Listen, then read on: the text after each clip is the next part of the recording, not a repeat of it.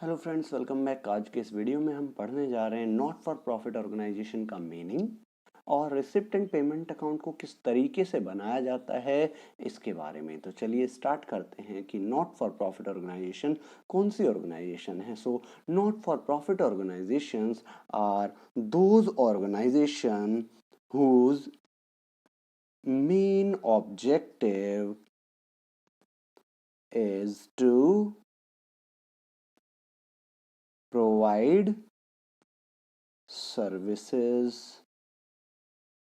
to the society and not to earn profit. यानी ये वो ऑर्गेनाइजेशन है जिनका मेन मकसद प्रॉफिट को अर्न करना नहीं है बल्कि समाज सेवा करना है। फॉर एग्जाम्पल, इसमें हम एग्जाम्पल ले सकते हैं हॉस्पिटल्स का। देखिए, हॉस्पिटल्स का मेन ऑब्जेक्टिव होता है सोसाइटी के लोगों के स्वास्थ्य को ठीक करना। इसी तरीके से जो टेम्पल होते हैं, मॉस्क्यू होते हैं, गुरुद्वारेज होते हैं, चर्च वगैरह होते हैं, इन सब का मेन काम होता है टू प्रमोट देयर रिलीजन। इसी तरीके से स्पोर्ट्स क्लब जो होते हैं उनका काम होता है प्रमोट करना स्पोर्ट्स एक्टिविटी को। इसी तरीके से हमारे जो स्कूल्स होते हैं, स्कूल्स का मेन ऑब्जेक्टिव होता है लोगों को एजुकेट करना, स्टूडेंट्स को एजुकेट करना, सोसाइटी को एजुकेट करना। सो ऐसी ऑर्गेनाइजेशन जिनका मेन ऑब्जेक्टिव प्रॉफिट अर्न करना नहीं होता बल्कि ये देश में गेम को प्रमोट करने के लिए, रिलीजन को प्रमोट करने के लिए, सोसाइटी के लोगों की सेवा करने के लिए या अपने मेंबर की सेवा करने के लिए बनाई जाती हैं। सो ऐसी ऑर्गेनाइजेशन को हम क्या बोलते हैं? Not for profit organisation. Short में हम इनको कह सकते हैं NPO। अब देखिए, क्वेश्चन ये अराइज होता है कि अगर ये ऑर्गेनाइजेशन ऐसी है जो कि प्रॉफिट को अर्न करने के लिए काम नहीं करती, अगर ये प्रॉफिट को अर्न करने के लिए काम नहीं करती तो फिर इनके यहाँ खर्चे कैसे पे होते हैं, इनके यहाँ फंक्शनिंग कैसे होती है? तो देखिए, इन ऑर्गेनाइजेशंस को मिलता है डोनेशन। जैसे मंदिरों को डोनेशन मिलता है, स्कूलों को मिलता है, ट्रस्ट वगैरह को मिलता है, स्पोर्ट्स क्लब को वगैरह को मिलता है, इन सब को क्या मिलता है? डोनेशन मिलता है। इसी तरीके से जो लोग इन ऑर्गेनाइजेशन के मेंबर बनते हैं वो लोग देते हैं मेंबरशिप फीस, पैसा आ रहा है। देखिए, इसके अलावा अगर कुछ लोग यहाँ पर एडमिशन लेते हैं तो वो यहाँ पर एडमिशन फीस पे करते हैं। फॉर एग्जांपल, एंट्रेंस वगैरह के लिए फीस पे करते हैं वो लोग, तो यहाँ से भी पैसा आता है। इसी तरीके से देखिए, राम मंदिर बन रहा है तो उसके लिए चंदा इकट्ठा किया जा रहा है, सो सब्सक्रिप्शन भी मिल जाता है। इसके अलावा गवर्नमेंट से हम लोन वगैरह भी ले सकते हैं। इसके अलावा गवर्नमेंट कई बार ग्रांट भी इन ऑर्गेनाइजेशंस को देती है। फॉर एग्जांपल, जो ऑर्फनेज होते हैं या ओल्ड एज होम होते हैं उनमें गवर्नमेंट ग्रांट भी देती है। तो इस तरीके से इन ऑर्गेनाइजेशंस के यहाँ पर भी पैसा आता है और ये ऑर्गेनाइजेशन अपने एक्सपेंसेस वगैरह को पे कर पाती है।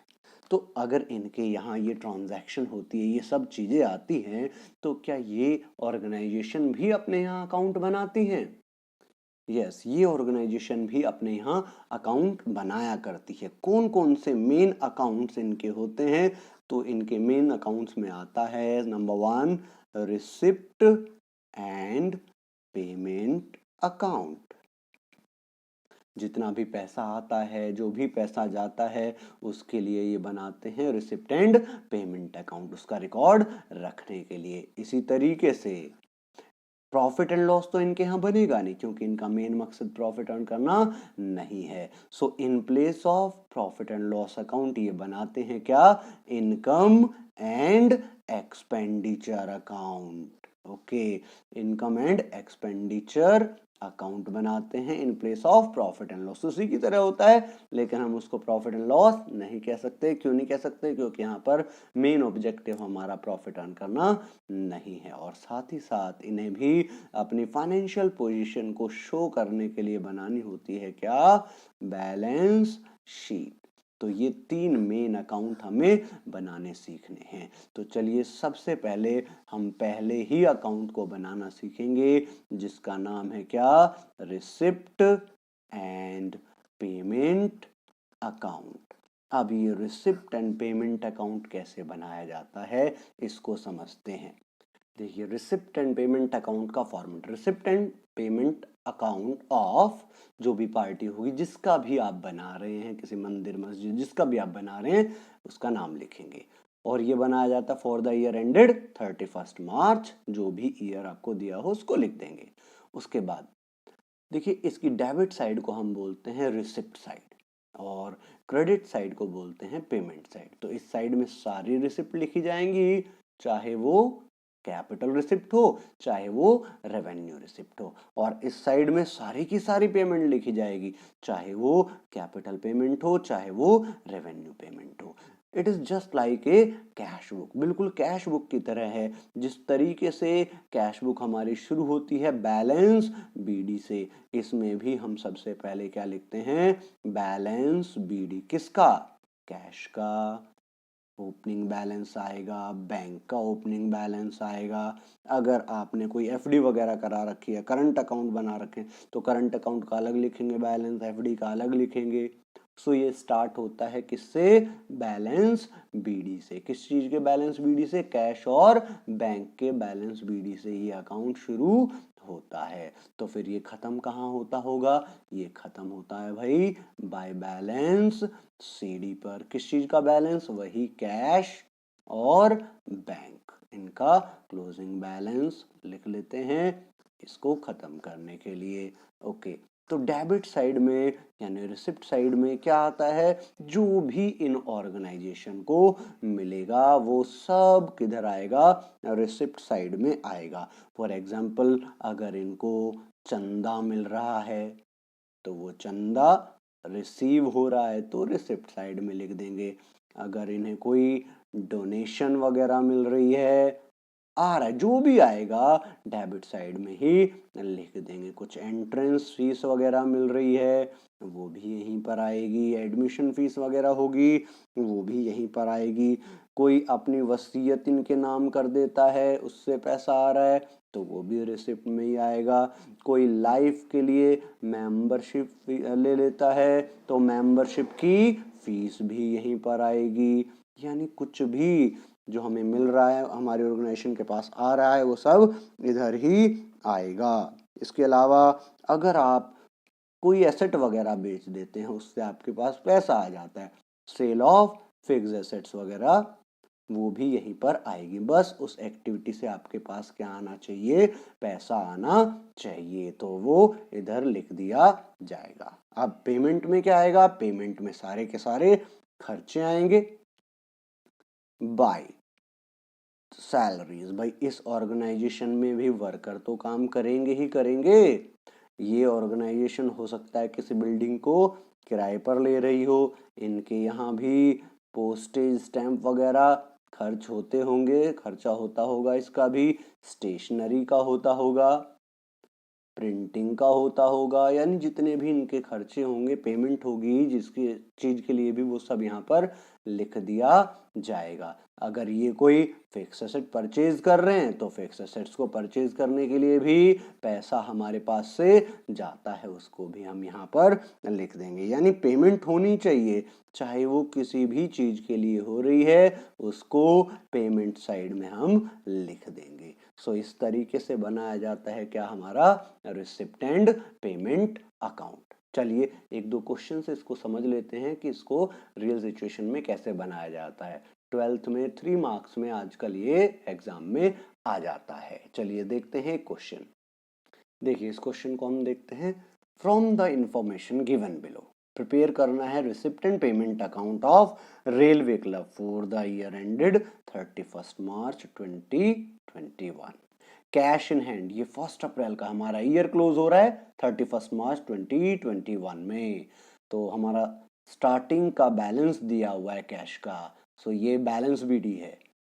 सब्सक्रिप्शन मिला, डोनेशन मिला, फिर entrance fees, rent received for club hall, electricity charges, tax paid, देखिए ये रिसिप्ट है, ये रिसिप्ट है, ये रिसिप्ट है, ये रिसिप्ट है, ये इलेक्ट्रिसिटी का जो ये रेंट रिसीव्ड हमारे लिए रिसिप्ट है, हाँ ठीक है। इलेक्ट्रिसिटी चार्जेस हमारे लिए क्या हो गया, एक्सपेंसेस पेमेंट में आएगा, टैक्स पेड भी पेमेंट में आएगा, सैलरी भी पेमेंट में आएगी। हमने सेक्रेटरी को ऑनोरेरियम दिया, किसी के लिए रेस्पेक्ट स्वरूप अगर हम कुछ इनाम के तौर पर उनको पैसा देते हैं तो उसको बोलते हैं ऑनोरेरियम। फॉर एग्जाम्पल जो कोच होते हैं उनको भी मान करने के लिए, उनका इज्जत करने के लिए कुछ अमाउंट अगर हम पे करते हैं तो वो कहलाता है ऑनोरेरियम, तो वो भी हमारे लिए पेमेंट हो गई। फिर आगे इंटरेस्ट रिसीव हुआ, ये रिसिप्ट हो गई। प्रिंटिंग एंड स्टेशनरी, ये हमारा एक्सपेंसेस हो गया, पेमेंट में आएगा। पैटी कैश एक्सपेंसेस हैं, इंश्योरेंस प्रीमियम पेड हैं। तो देखते हैं कैसे बनाएंगे हम receipt and payment account. Question हमने पढ़ लिया, अब हम इसको करते हैं फॉर्मेट। बना लिया सबसे पहले, तो यहाँ क्या आएगा, सबसे पहले to balance B D. Balance B D में हमें सबसे पहले दिया हुआ है क्या, कैश इन हैंड। सो हमारे पास ओपनिंग का कैश है, ये रिसिप्ट में लिखेंगे 4390। उसके बाद था सब्सक्रिप्शन, सब्सक्रिप्शन भी हमें रिसीव हो रहा है, रिसिप्ट में आएगा टू सब्सक्रिप्शन अकाउंट, ये है जी 37,600। देन है डोनेशन, डोनेशन भी हम लोगों को रिसीव होगा, ये भी रिसिप्ट में आएगा 8,000। देन उसके बाद हमें मिली एंट्रेंस फीस, तो एंट्रेंस फीस भी हमारे लिए रिसिप्ट है, ये भी रिसिप्ट साइड में आएगी 4,300। देन उसके बाद है रेंट, मिला है हमें rent received for club hall, club hall हमने किराए पर दिए हैं और हमें वहां से रेंट मिल गया 5,250। देन उसके बाद लिखा हुआ है इलेक्ट्रिसिटी चार्जेस, ये तो पेमेंट है भाई, इसकी तो हमने पेमेंट की हुई। इलेक्ट्रिसिटी चार्जेस, इलेक्ट्रिसिटी चार्जेस के लिए पेमेंट है 3,440। देन टैक्स पे किए हमने, बाय टैक्स पेड, टैक्सेस हमने पे किए हैं, कुल अमाउंट है इसका 490 ओनली। उसके बाद सैलरी की पेमेंट करनी पड़ेगी, सैलरी भी खर्चा है, पेमेंट होगी सैलरी की। सैलरीज अकाउंट कितना है, ये है 21,500। फिर हमने ऑनोरेरियम पे किया है किसको, सेक्रेटरी को। लीजिए जी, सेक्रेटरी को आपने ऑनोरेरियम पे कर दिया, वो है 2,500। फिर इंटरेस्ट मिला, हमने कहीं पर पैसा इन्वेस्ट किया था, हमने कहीं पर पैसा इन्वेस्ट किया था, सो उस इन्वेस्टमेंट से हमें इंटरेस्ट मिल रहा है, तो ये हमारे लिए रिसिप्ट हो गई to interest received on investment. Investment पर हमें क्या मिला, इंटरेस्ट मिला। देखिए यहाँ इंटरेस्ट आ रहा है 2,950, क्योंकि वो रिसीव हुआ है। आगे प्रिंटिंग एंड स्टेशनरी, ये तो पेमेंट में आना चाहिए क्योंकि प्रिंटिंग एंड स्टेशनरी का खर्चा पे किया जाता है, ये पेमेंट है, ये है 350 रुपीज की। फिर पैटी एक्सपेंसेस, छोटे मोटे खर्चे जो थे वो पे किए गए, पैटी कैश एक्सपेंसेस हैं 900 के। देन इंश्योरेंस प्रीमियम पे किया गया, इंश्योरेंस प्रीमियम पेड, ये पेमेंट है 310।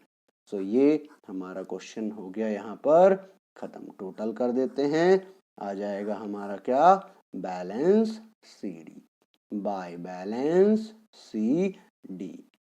सो ये टोटल हमने किया, टोटल आया 62,490। इसमें से ये सारे खर्चे घटाने के बाद हमारा बैलेंस सी डी आ गया बैलेंसिंग फिगर में 33,000। सो इस तरीके से हम बनाएंगे क्या, अपना receipt and payment account. So receipt and payment account बनाना बहुत ही ज़्यादा आसान होता है। तो इसके बाद चलते हैं दूसरे अकाउंट पर। दूसरा अकाउंट जो कंपनी को बनाना होता है वो है क्या, income and expenditure account. Company को नहीं sir, not for profit organisation को बनाना होता है, उस अकाउंट का नाम है इनकम एंड एक्सपेंडिचर अकाउंट। देखिए ये है इसका नाम इनकम एंड एक्सपेंडिचर अकाउंट, लेकिन अगर आप इसको याद रखेंगे एक्सपेंडिचर एंड इनकम नाम से तो कोई कंफ्यूजन नहीं होगा, क्योंकि एक्सपेंडिचर किधर आता है, डेबिट साइड में, और इनकम किधर आती है, क्रेडिट साइड में। So income and expenditure account किस अकाउंट की तरह बनाया जाता है, it is just like profit and loss account. जिस तरीके से प्रॉफिट एंड लॉस अकाउंट बनता है उसी तरीके से इनकम एंड एक्सपेंडिचर अकाउंट को भी बनाया जाता है। बट हम इसको प्रॉफिट एंड लॉस नहीं कहते, क्यों नहीं कहते, क्योंकि मेन बात वही कि हमारी ऑर्गेनाइजेशन का पर्पस प्रॉफिट अर्न करना नहीं है। सो इसमें क्या चीजें आएंगी, देखिए इसमें आएंगी सारी इनकम इस साइड में, और जितने भी एक्सपेंसेस होंगे वो सारे आएंगे आपके एक्सपेंडिचर वाली साइड में। अब इनकम में क्या क्या हो सकता है, आपको मिलने वाला सब्सक्रिप्शन हो सकता है जो आपकी ऑर्गेनाइजेशन को मिल रहा है। इसके अलावा एंट्रेंस फीस आपकी ऑर्गेनाइजेशन को मिल रही है, यानी एडमिशन फीस मिल रही है, वो भी इसके अंदर आ सकती है। आपको छोटा मोटा कोई डोनेशन मिल रहा है, जनरल डोनेशन, वो भी आपके लिए इनकम माना जाता है, वो भी आ सकता है। आपके यहाँ कोई पुरानी रद्दी पड़ी हुई है या न्यूज़पेपर है तो आपने उस न्यूज़पेपर वगैरह को बेच दिया है, उससे भी आपको कुछ इनकम छोटी मोटी हो सकती है। इसके अलावा आपकी अगर बिल्डिंग है, आपने उसको किराए पर दिया हुआ है, तो आपको रेंट अगर मिल रहा है तो वो भी आपके लिए इनकम हो सकती है। इसके अलावा अगर आपने कोई एसेट बेची है और उस एसेट को बेचने पर आपको गेन हुआ है तो वो गेन भी इनकम में आएगा, by gain on sale of fixed assets. देखिए इसमें फिक्स एसेट्स की सेल नहीं आती है, उस पर होने वाला प्रॉफिट आता है। इसी तरीके से एक्सपेंडिचर में परचेज के लिए दिया गया पैसा नहीं आता, सेल नहीं आती, इधर क्या आती है, यहाँ पर अगर लॉस हो रहा है, loss on sale of fixed assets, वो आएगा, क्योंकि वो एक लॉस है, एक एक्सपेंडिचर है। इसी तरीके से फिक्स एसेट्स के ऊपर अगर डेप्रिसिएशन लग रहा है, वो भी क्या है, एक एक्सपेंसिव है। इसी तरीके से और भी खर्चे हो सकते हैं। आपकी ऑर्गेनाइजेशन ने इंश्योरेंस की पेमेंट की, इंश्योरेंस प्रीमियम पे किया। इसके अलावा आपकी ऑर्गेनाइजेशन में एम्प्लॉय काम कर रहे हैं तो आप उनको सैलरी दे सकते हो या आप उनको वेजेस पे कर सकते हो। अगर आपकी ऑर्गेनाइजेशन रोजाना न्यूज़पेपर खरीद रही है तो वो खर्चा है, वो भी एक्सपेंडिचर में आ सकता है। इसके अलावा प्रिंटिंग एंड स्टेशनरी का जो खर्चा है वो भी आ सकता है। इसके अलावा जो हम ऑनरेरियम वगैरह किसी को देते हैं तो वो ऑनरेरियम भी इसके अंदर आ सकता है। यानी मेन बात क्या है, इसमें क्या आएगा, इसमें सिर्फ आएंगे एक्सपेंसेस और इनकम।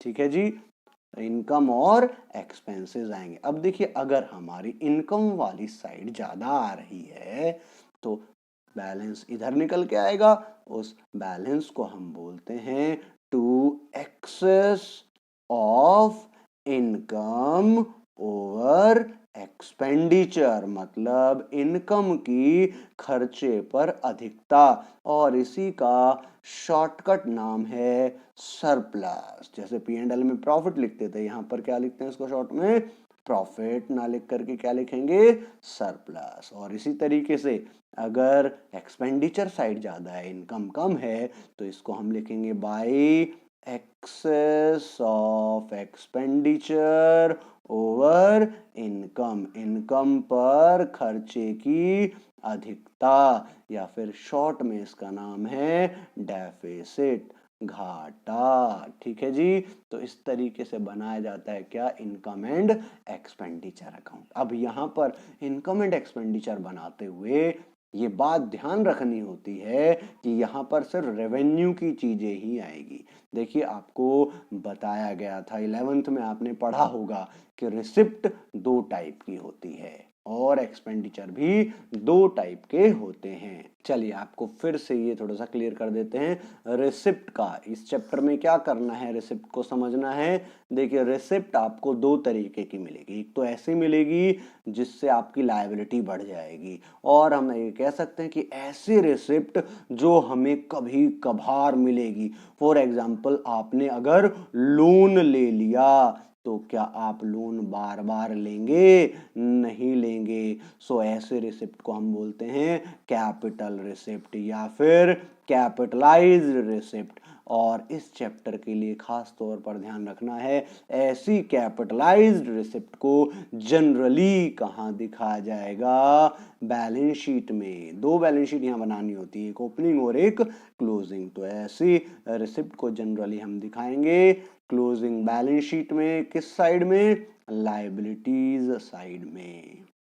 और ऐसी रिसिप्ट जो हमें बार बार मिलती रहती है, यानी जिनका नेचर रिकरिंग वाला होता है, जो बार बार हम लोगों को मिलती ही रहती हैं, ऐसी रिसिप्ट को हम बोलते हैं रेवेन्यू रिसिप्ट। फॉर एग्जाम्पल आपने अपना बिल्डिंग किराए पर दिया हुआ है, तो आपको किराया तो हर महीने मिलता ही रहेगा। आपके यहाँ एडमिशन फीस लगातार आती रहती है, तो ये तो बार बार मिलती रहेगी। ऐसे रिसिप्ट को हम बोलेंगे रेवेन्यू रिसिप्ट। और ऐसी रिसिप्ट को हम दिखाएंगे इनकम एंड एक्सपेंडिचर अकाउंट की कौन से वाली साइड में? इनकम वाली साइड में। ठीक है जी। देखिए रिसिप्ट एंड पेमेंट जब बनता है उसमें तो दोनों तरीके के रिसिप्ट लिख लेते हैं हम, बट इनकम एंड एक्सपेंडिचर में सिर्फ और सिर्फ कौन सा रिसिप्ट आती है? रेवेन्यू रिसिप्ट आती है। ठीक है जी, ये बात ध्यान रखने की है क्योंकि हमारे बहुत सारे एडजस्टमेंट हमें करने पड़ेंगे इनकम एंड एक्सपेंडिचर अकाउंट को सीखने के लिए। तो हमें ये ध्यान रहना चाहिए कि रिसिप्ट कौन सी है, कैपिटलाइज नेचर की है या फिर रेवेन्यू नेचर की है। रेवेन्यू नेचर की हुई तो इनकम में जाएगी, और अगर वो कैपिटलाइज नेचर की हुई तो वो क्लोजिंग बैलेंस शीट में जाएगी। किस साइड में? लायबिलिटी साइड में। ओके, आप लोगों ने 11th पास कर ली है, लेकिन फिर भी इस चैप्टर को समझने के लिए कुछ बेसिक के तौर पर हम आपको ये चीज और बता देते हैं कि भाई कोई भी इनकम अगर एरियर है या ड्यू है लेकिन रिसीव नहीं हुई है, income due but not received, ये कहलाती है आउटस्टैंडिंग इनकम या फिर एरियर इनकम। और ऐसी इनकम क्या बन जाया करती है? ऐसी इनकम बन जाती है एसेट। मतलब इनकम मिलनी तो है लेकिन अभी मिली नहीं, मिलेगी। ये 11th में हमने सब चीजें पढ़ी हुई हैं, पर फिर भी इस चैप्टर को अच्छे से समझने के लिए इसको भी समझना जरूरी है। इसी तरीके से अगर कोई इनकम हमें एडवांस में मिली हुई है, इनकम रिसीव्ड इन एडवांस है, तो भैया आपने इनकम को एडवांस में ही ले लिया, इसके लिए अभी तक आपने सर्विस प्रोवाइड नहीं की। ऐसी इनकम जो आपको एडवांस में मिल जाती है वो आपके लिए बन जाती है एक लायबिलिटीज। अब बात कर लेते हैं एक्सपेंसेस की। अगर एक्सपेंसेस ड्यू है लेकिन अभी तक पे नहीं हुआ है, मतलब खर्चा देना तो है, दिया नहीं बट देना पड़ेगा। Expenses due but not paid, इसी को हम शॉर्ट में बोलते हैं आउटस्टैंडिंग एक्सपेंसेस।